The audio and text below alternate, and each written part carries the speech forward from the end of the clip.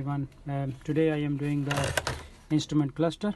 That's the Ford new model 2010 to 2018.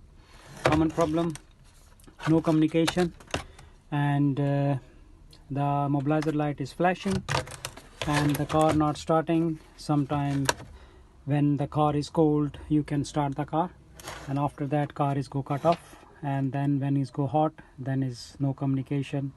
All the lights is go blanks, and sometimes the needle is going up and down, playing around all the needles. So if you have the problem of like that, the old one and the new one, the Ford old instrument cluster and the new one, we can repair your problem. Is ready in like 1 to 2 hours. If you bring the car, we're gonna remove the instrument cluster and take it out and repair it and put it back in the car, or bring the instrument to us.